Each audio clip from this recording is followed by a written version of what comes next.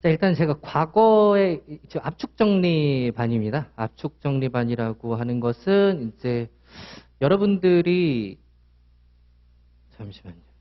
지금 그 과목 이름과는 좀 다르게 압축정리에서는 좀 압축해서 정리한다라는 느낌보다는요. 이제 암기의 방향성을 좀 잡고 가는 그런 시간이 될 거예요. 아무래도 개념 같은 경우는 기본 이론 때 배웠고 개념 플러스 틀을 잡는 거를 배웠거든요. 구조를 상당히 러프하게 좀 잡았었죠. 그 정도 러프한 것은 여러분들이 다 숙지를 하고 계셔야 되고요. 그리고 숙지했다라고 하는 것은 흐름에 따라서 내 머릿속에서 뽑아낼 수 있는지 없는지를 판단하는 거예요.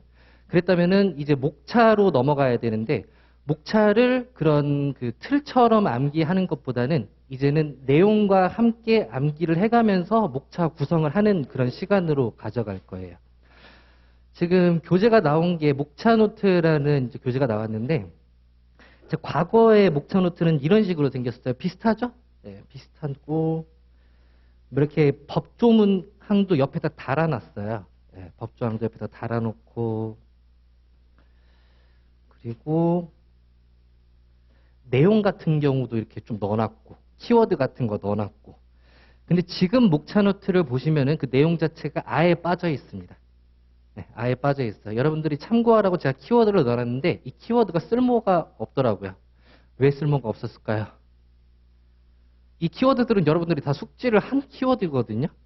그러다 보니까 여러분들이 새롭게 차라리 적어서 연필로 한 다음에 지우고 다시 다른 키워드 넣고 이렇게 하는 것이 맞다라고 생각을 해서 없애기 시작했는데 그렇게 해서는 안 될 것 같아서 또 다른 방식으로 진행하고자 합니다. 그거는 목차노트를 보면서 설명을 드리도록 할게요.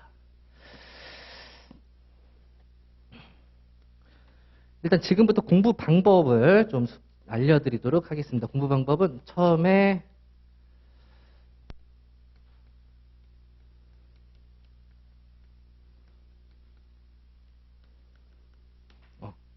세부틀까지를 백지복습하는 겁니다. 지금 기본 이론을 안 들으신 분들은 세부틀이 뭔지를 몰라요. 뭔지를 모르기 때문에 그런 분들은 제가 나눠 드리면은 그거를 숙지를 하시면 될 것 같아요. 완벽하게 암기가 되어 있어야지 백지복습이 가능하겠죠. 그다음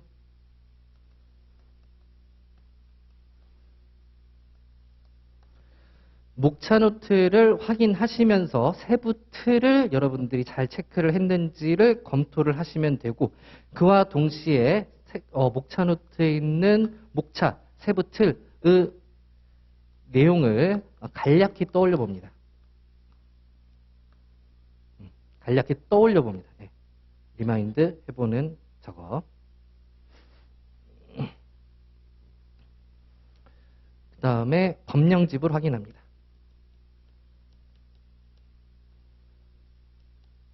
법령집을 확인합니다. 법령집을 확인한다라고 하는 것은 이 내용을 간략히만 내가 확인을 한 출력 절차를 했죠. 그 다음에 법령집에서 어떤 주요한 키워드는 빠졌는지 여러분들이 체크하는 시간이 될 거예요. 쭉쭉 읽어보면서. 그러면 아무래도 좀 능동적인 그런 읽기가 가능하겠죠.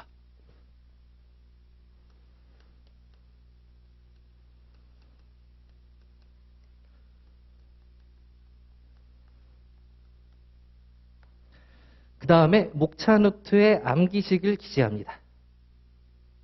암기식이라고 하는 것은 말 그대로 문장을 암기식을 다 따는 행위를 말해요. 예를 들어서 뭐 세관장이 부가징수하는 세관장이 수입물품에 대해서 부가징수하는 내국세 등 뭐 수세내 이런 식으로. 이 암기식은 여러분들이 암기하라고 써놓은 암기식은 아니에요. 그럼 어떤 용도의 암기식일까요? 어떤 용도의 암기식? 그냥 이거를 읽어보는 암기식이에요. 수입물품에 대해서 세관장이 수입물품에 대해서 세관장이 부가징수하는 내국세. 네. 이렇게 읽어보는 암기식. 그런 목적의 암기식이에요. 그래서 이거는 암기하는 게 아니죠. 암기하는 게 아니죠. 긴 문장을 빠르게 읽어 나가기 위한 용도로 쓰시면 됩니다. 그런 식으로 목차노트를 쭉 채워 나가시면 되겠습니다. 자, 그 다음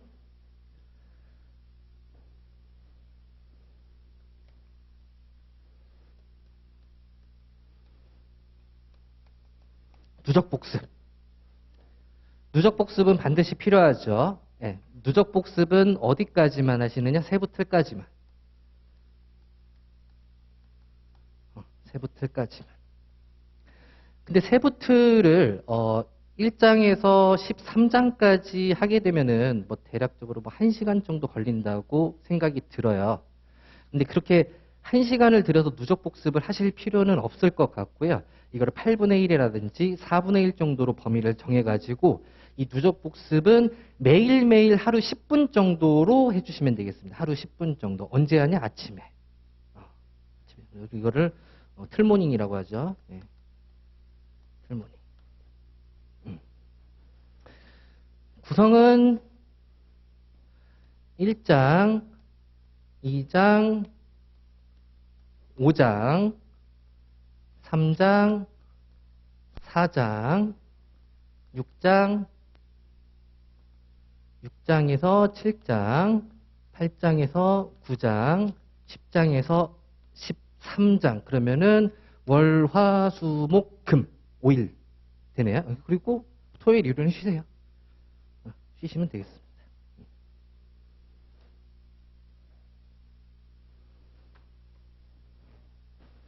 자, 이게 제가 추천드리는 공부 방법이에요. 공부 방법. 이 수업 시간에는 어떻게 하냐? 수업 시간 구성도 이거랑 마찬가지입니다. 제가 세부틀을 백지 복습을 하면서 백지 칠판에다 쓰면서 여러분들이 리마인드 할 수 있는 기회를 드리고 그 다음에 목차 노트를 그 다음에 확인할 거예요. 그러면서 아 여기는 이런 내용들이 있었죠? 라고 대략적으로 드래프트 한 다음에 법령집을 확인해 가면서 그러면은 벌써 3회 독이 되는 거죠. 한 번에. 하지만 굉장히 빠르게 느껴질 거예요. 예. 그리고 목차 노트에 암기식을 기재하는 거는 제가 안 해요. 그거는 제가 할 수는 없어요. 여러분 제가 좋은 거 있으면 해드릴게요. 예, 좋은 거 있으면 말씀을 드리고 여러분들의 맞는 그런 암기식으로 해주시면 되겠습니다.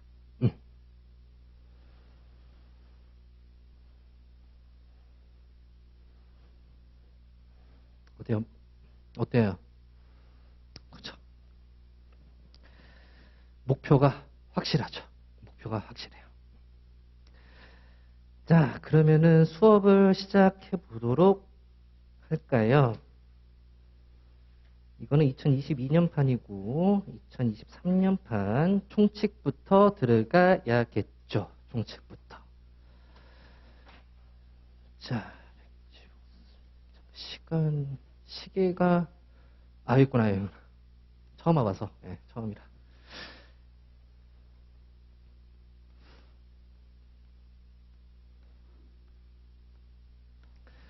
자, 여러분들이 제가 원하는 틀이 없어도 상관이 없거든요. 근데 그러시려면은 1조부터 330조까지 뭐 법 조문을 외우고 있으시다든지 그러면은 그게 충분히 틀이 됩니다.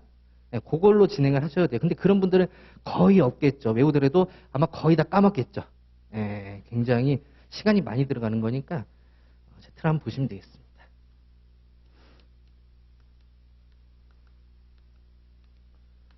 자, 통칙 부분에는 어떤 내용이 들어가 있죠? 총 4가지가 있죠. 총 4가지가. 목적, 정의, 그 다음에 징수 우선, 그 다음에 내국세 등의 부가 징수 뭐 이렇게 있었죠. 1장 같은 경우에는 어떤 흐름이 없기 때문에 여러분들이 좀 강제적으로 암기할 필요가 있습니다. 이렇게.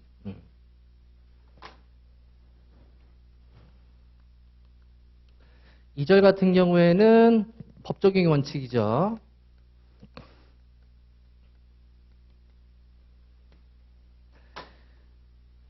첫 번째 모차 같은 경우에는 제가 이제 법 해석의 원칙 이렇게 표현이 되어 있는데 그렇게는 안 하고 부당침해 금지라고 써놨습니다. 그래서 부당침해 금지라고 하는 것은 뭐 부당하게 침해해서는 안 된다라는 1항에 있는 내용도 있겠지만 그거 말고 소급과세를 금지한다라는 것도 역시 부당침해를 금지한다라고 우리가 생각해 볼 수가 있겠죠. 그쵸? 자, 그 다음에는 신의성실. 세 번째는 재량한계. 재량한계.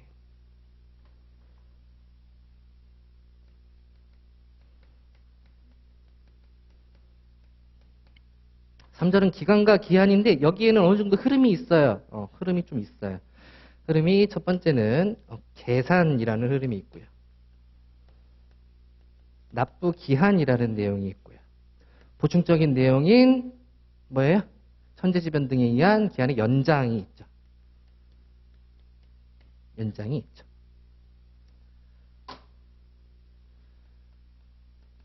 사절 같은 경우에는 어떤 내용이면 서류 등의 송달이라는 내용이 있죠.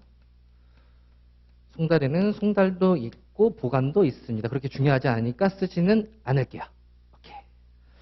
자, 그러면 여기에서 좀 더 세부적으로 나갈 수 있는 부분이 어느 부분이 있을까요? 틀로 했어요. 목차는 말고. 목차로 따지게 되면은 목적 정의 상관없죠. 징수관이 우선 상관없어요. 근데 이 내국세 등과 관련해 가지고는 목차가 있어요. 어떤 거? 내국세 등의 체납이 있을 때. 근데 그거 말고 각 항 자체가 틀이라고 보시면 돼요. 각 항 자체를 틀이라고 보시면 돼요. 각 항 자체가 어떻게 되어 있습니까? 상충되는 경우. 그죠? 여기서 체납이 발생한 경우. 그 다음에 가산세. 그 다음에 강제징수비의 부가징수. 그 다음에 네 번째는 내국세 등의 담보와 관련된 내용이 있죠. 자, 그 다음 여기에서는 뭐 따로 세분화할 만한 게 하나 있네요. 그죠? 부당침해 금지와 관련된 거. 그죠? 해석 원칙과 그 다음에 소급과세 금지 원칙 두 가지가 있었습니다. 그죠? 자, 그리고 기간과 기한에서는 계산이 나오는데 계산이 두 가지로 또 나눠지죠. 기간의 계산하고 기한의 계산으로 나눠지죠. 뭐가 떨어지네요. 그죠?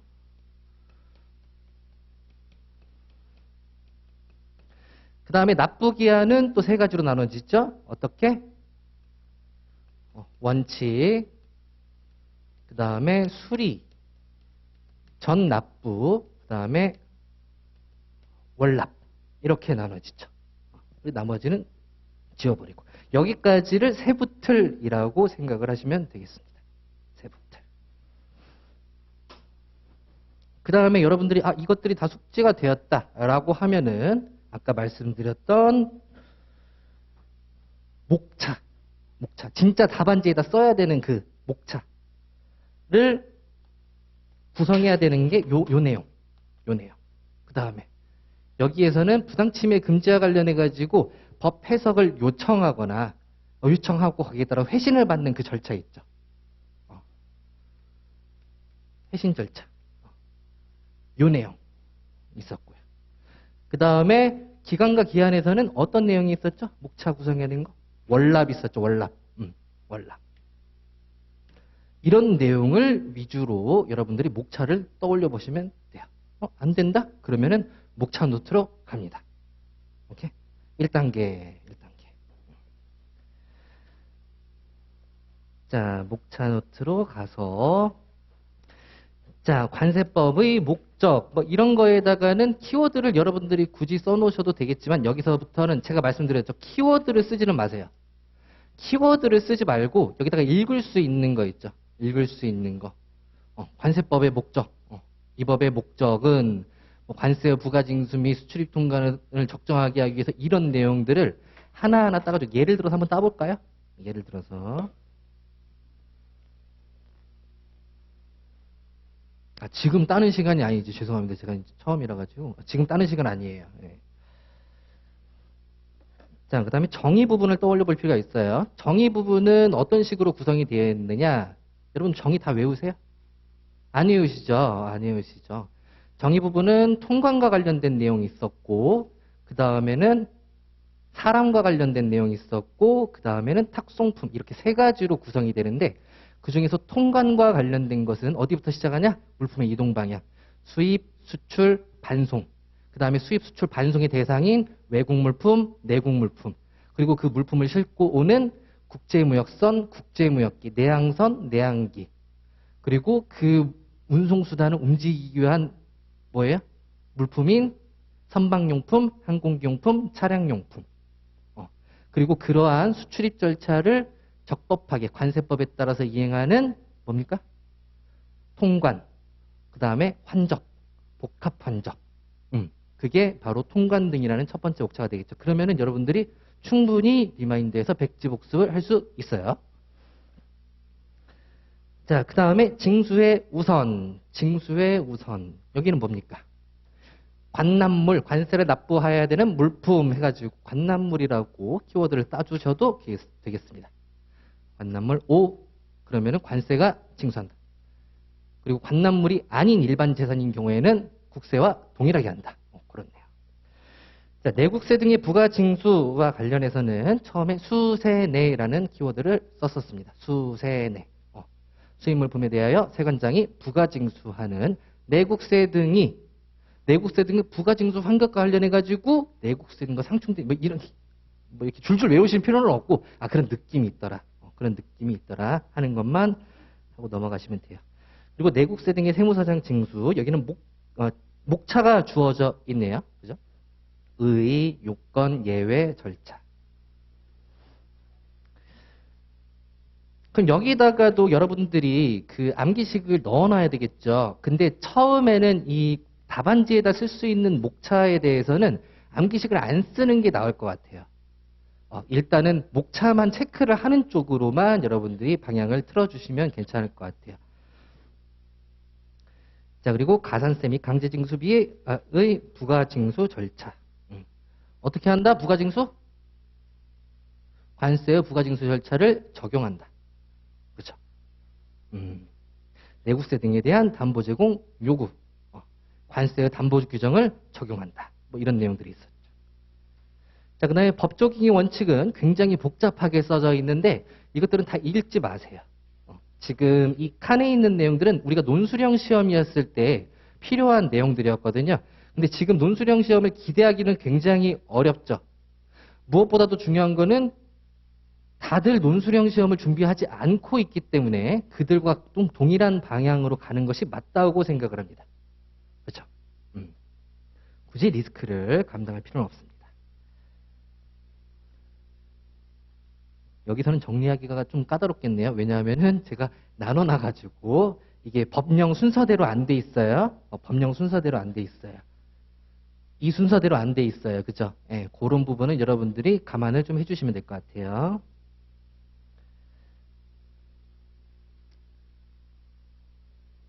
자, 그 다음에 법 해석에 관한 질의외신 절차와 방법. 이것도 역시 뭐만 하면 되겠다?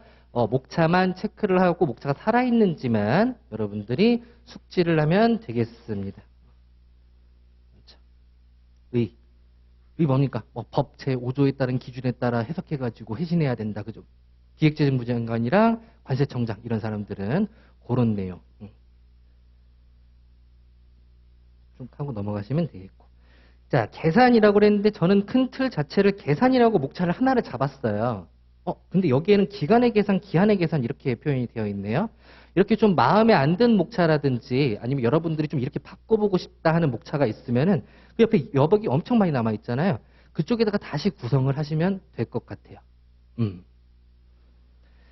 자, 그리고 납부기한, 일반적인 납부기한 15일짜리 3개 있었고, 그죠? 그리고 수리 전에 납부할 수 있다라는 내용도 있었고, 월별 납부라고 하는 것은 우리가 월별 납부 정의 항상 암기를 하고 넘어가자고 했었어요.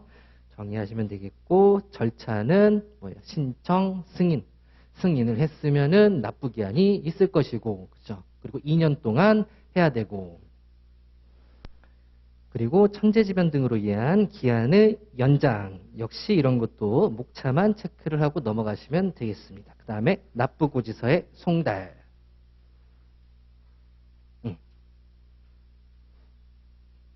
지금 이 작업 하나하나가 출력하는 작업이에요. 그래서 여러분들이 읽는 시간을 굉장히 많이 줄이셔야 돼요. 오케이? 그래야지만 여러분들이 나중에 쓰는 힘이 생겨요. 그 다음에 뭐 보기로 했습니까? 법령집을 보기로 했죠. 법령집.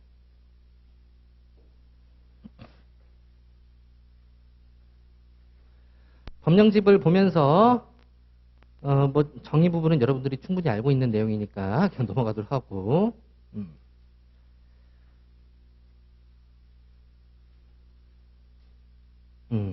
관세 징수의 우선, 관납물에 대해서는 다른 조세 그 밖의 공과금 채권에 우선하여 관세를 징수한다.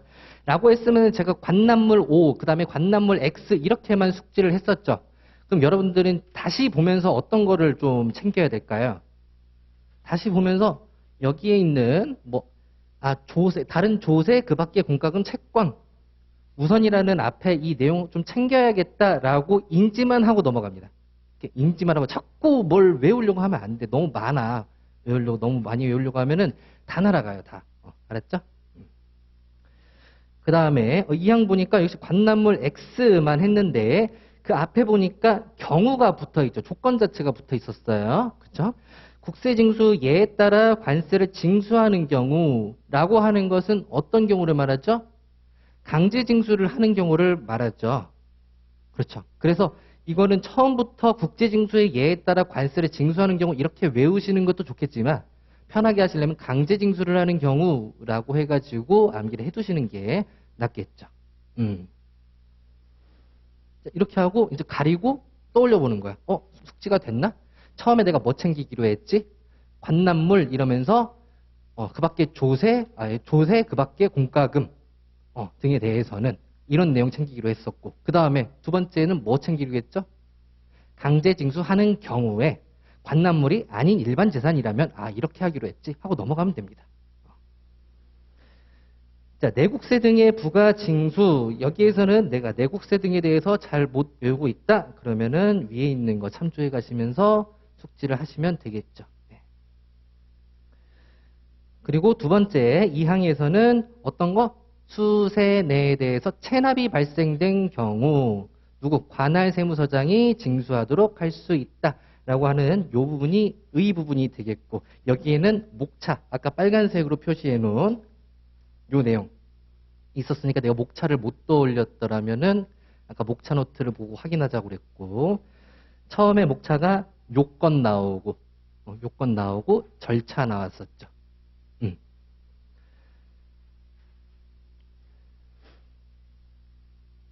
여기에서는 내국세 등을 관할 세무서장이 징수하기 위해서는 다음에 요건을 충족해야 된다라고 하면서 빨간색으로 쳐놓은 다만 부분은 그러하지 아니한 경우라고 숙지를 하면 되겠죠. 근데 이런 빨간색 부분 굉장히 글이 길잖아요. 그럼 여러분들이 이것들을 다 단어를 축약해가지고 따로 기재를 해놓는 게 낫겠죠. 그렇죠? 뭐 어떻게 축약하면 좋을까요? 이의신청, 심사청구, 심판청구, 행정소송 계령 중에 불복. 그죠? 불복. 그 다음에 회생계획 인가에 따라서 인가의 결정을 받은 경우 회생. 그 다음에 압류 등 강제징수가 진행 중이거나 압류 또는 매각을 유예받은 경우.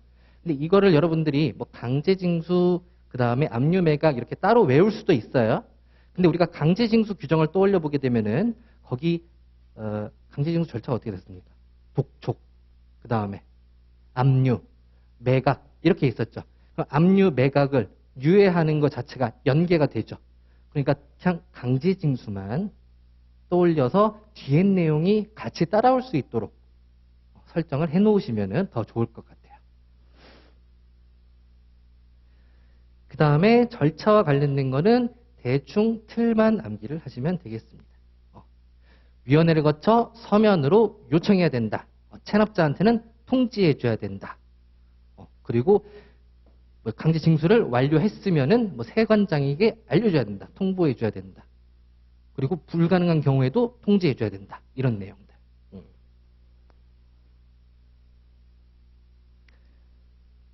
자, 그 다음에 사망사항은 그 내용이 많네요. 그냥 가산세 및 강제징수비의 부징환에 대해서는 관세의 규정을 적용한다. 관세의 규정을 적용한다. 사항도 마찬가지더라.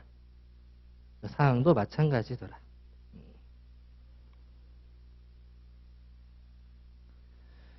자, 그다음 5조 법 해석의 기준과 소급과세 금지. 제가 여기를 뭘로 묶었습니까? 부당침해 금지라고 묶었어요. 그러면은 어느 부분이 우리가 누락된 것 같아요? 중요한 부분. 해석하고 적용할 때.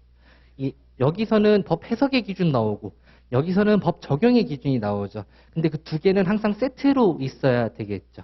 왜 그럴까요?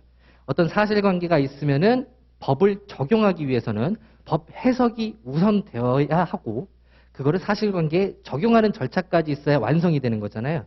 그러니까 법을 해석하고 적용하더라. 이걸 세트로 보셔야 되겠죠. 그럴 때는 과세의 형평과 해당 조항의 한목적성, 한목적성이라는 건 취지를 말하더라. 자, 그리고 2항, 이 법의 해석이나 관세행정의 관행이 일반적으로 납세자에게 받아들여진 후.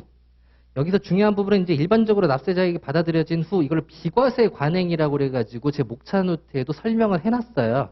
해놨는데 지금 요약정리 시간에는 안 보셔도 되겠습니다. 일단은 언제 보냐? 기출 만드실 수도 있겠지만 기출 때는 이제 여러 가지 논술형 시험들이 많이 나왔기 때문에 그때는 챙기도록 할게요.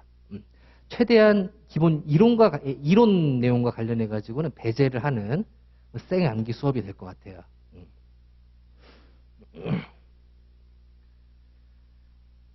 자, 그리고 법 해석의 질의 회신 절차 방법이 있었는데 이거 같은 경우는 목차를 어떻게 땄었어요? 잘 기억이 안 나죠. 그쵸?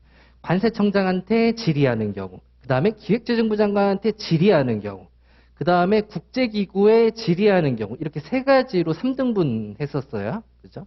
그랬을 때 회신을 하고 기획재정부 장관하고 이렇게 커넥트를 해야 된다. 서로 보고를 해줘야 된다. 이런 내용들을 가지고 있었죠.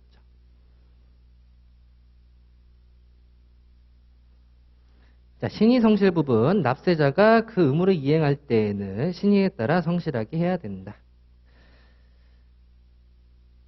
기한의 계산. 여기에서는 처음에 암기를 하실 때 민법 부분만 숙지를 하시면 되겠습니다. 민법 부분만. 왜냐하면은 위에 있는 반출 승인을 받은 경우 승인일은 수입신고 수리일로 본다. 이 내용 같은 경우는 굉장히 특이하죠. 특이하기 때문에 기간 계산하세요, 기간 문제 쓰세요라고 하면은 이 내용은 다 써요. 특이해서 기억이 잘 남거든요. 네, 그래서 여러분들이 오히려 신경을 안 써도 되는 내용이에요. 자, 3항 기한이 공휴일인 경우 그 다음에 전산처리 설비의 장애로 인해 가지고 정상적인 기간 내에 뭘 못하는 경우 그럴 때는 다음 날이더라. 이런 내용이 있었죠. 자, 그 다음에 납부기한과 관련해 가지고 15일은 됐고 수리전 납부도 됐고 월별 납부 부분에 대해서 어떤 거를 숙지해야 되겠습니까? 내가 정의 부분을 못 외우고 있다면 이거는 큰일 난 거죠. 그래서 정의 부분 체크를 하신 다음에 계속해서 중복되는 부분이 있는데 그 중복되는 부분을 여러분들이 또 체크를 하셔야 돼요. 어떤 부분이 되겠습니까? 관세청장이 정한 요건 또는 관세청장이 정하는 서류. 그 다음에 또 절차 가서 보니까 관세청장이 정하는 요건 계속 나오죠. 그리고 또 취소를 할 때 보니까 관세청장이 정한 요건 이런 것들이 계속해서 반복이 된단 말이에요. 그러니까 저 한 문장을 가지고 여러 목차에다가 삽입하시는 그런 방법으로 숙지를 하시면 되겠습니다.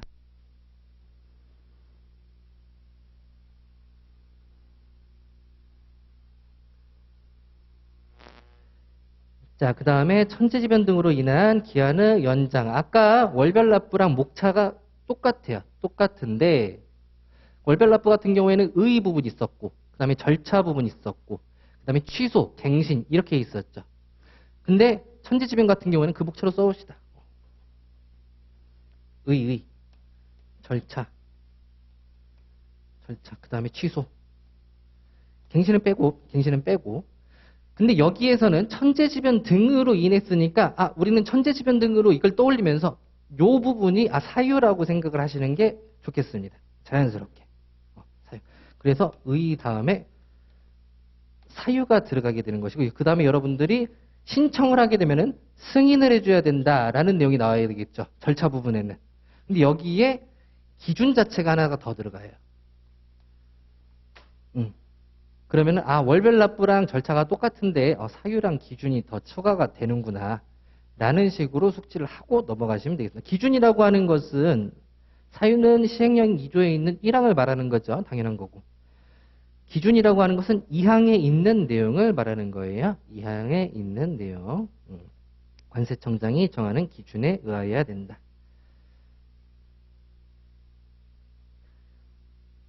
자, 그 다음에 서류의 송달 등 버리시고, 그 다음에 서류의 보관기간 버리시고.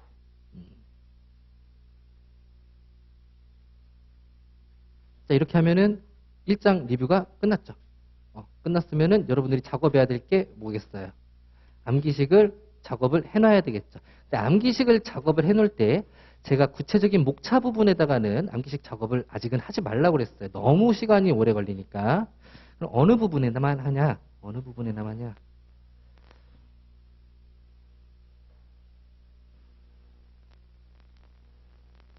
처음으로 가서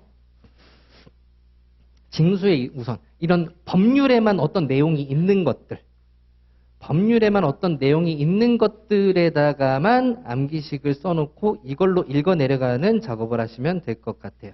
그렇죠? 목차가 있는 것들은 뭐만 숙지하라고? 목차만 일단 숙지를 하시라고. 그런 식으로 1회독을 쭉쭉 채워 나가시면 좋겠습니다. 잠깐 쉬었다가 그 다음에 다음 시간 하도록 하겠습니다.